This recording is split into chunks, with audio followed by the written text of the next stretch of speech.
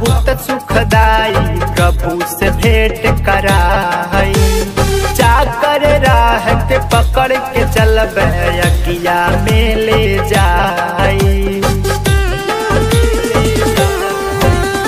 सकरा राह बहुत सुखदाई प्रभु से भेंट कराई।